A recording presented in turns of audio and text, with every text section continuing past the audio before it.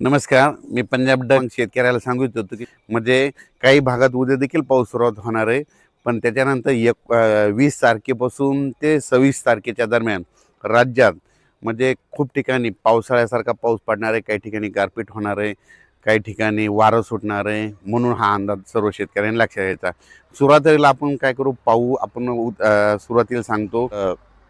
कोल्हापूर जिल्हा, सातारा जिल्हा, पुणे जिल्हा, त्याच्यानंतर अहिल्यानगर, बीड जिल्हा.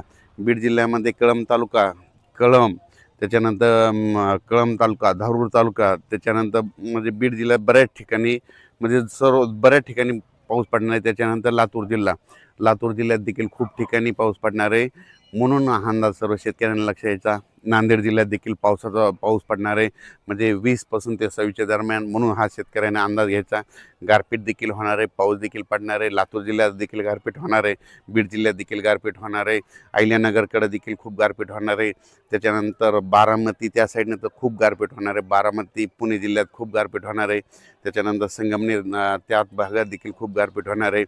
त्याच्यानंतर नंदुरबार जिल्हा, धुळे जिल्हा, जळगाव जिल्हा, संभाजीनगर, जालना, परभणी, बुलढाणा जिल्हा, त्याच्यानंतर नांदेड जिल्हा, हिंगोली जिल्हा,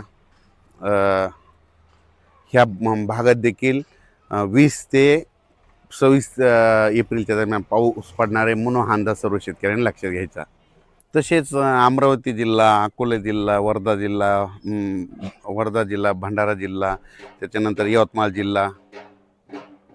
जिल्हा, त्याच्यानंतर नांदेड जिल्हा, ह्या परिसरात बी पाऊस पडणार आहे. पण तिकडल्या प्रमाणात म्हणजे खूप कमी राहणार, तिकडे जरा जास्त राहणार नाही अवकाळी. म्हणून हे अंदाज लागचा. खरा पाऊस मात्र तुम्हाला एक सांगतो दक्षिण महाराष्ट्राकडे होणार आहे.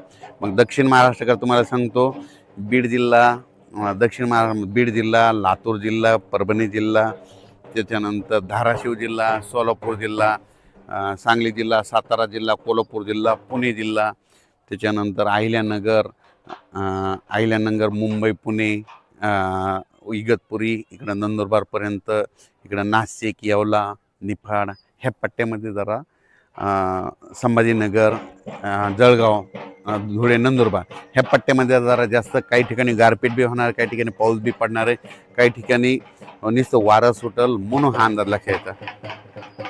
तसेच तेलंगणा आणि कर्नाटकमध्ये देखील खूप पाऊस पडणार आहे. काही कर्नाटकमध्ये तर खूप गारपीट होणार आहे. म्हणून हा अंदाज लक्षात यायचा.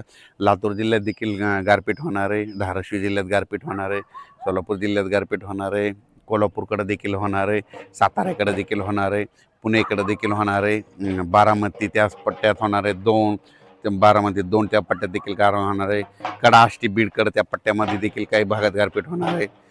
त्याच्या अहिल्यानगर जिल्ह्यात देखील गारपीट होणार आहे. म्हणून हा अंदाज सर्व शेतकऱ्यांनी लक्षात घ्यायचा. म्हणजे सांगायचं झालं तर काही ठिकाणी गारपीट होईल, काही ठिकाणी भाग सोडून देईल, काही ठिकाणी वारं देखील सुटेल. म्हणून हा अंदाज सर्व शेतकऱ्यांनी लक्षात घ्यायचा. 20 पासून मात्र राज्यात पावसाची व्याप्ती वाढत जाणार आहे. म्हणून हा अंदाज लक्षात घ्यायचा.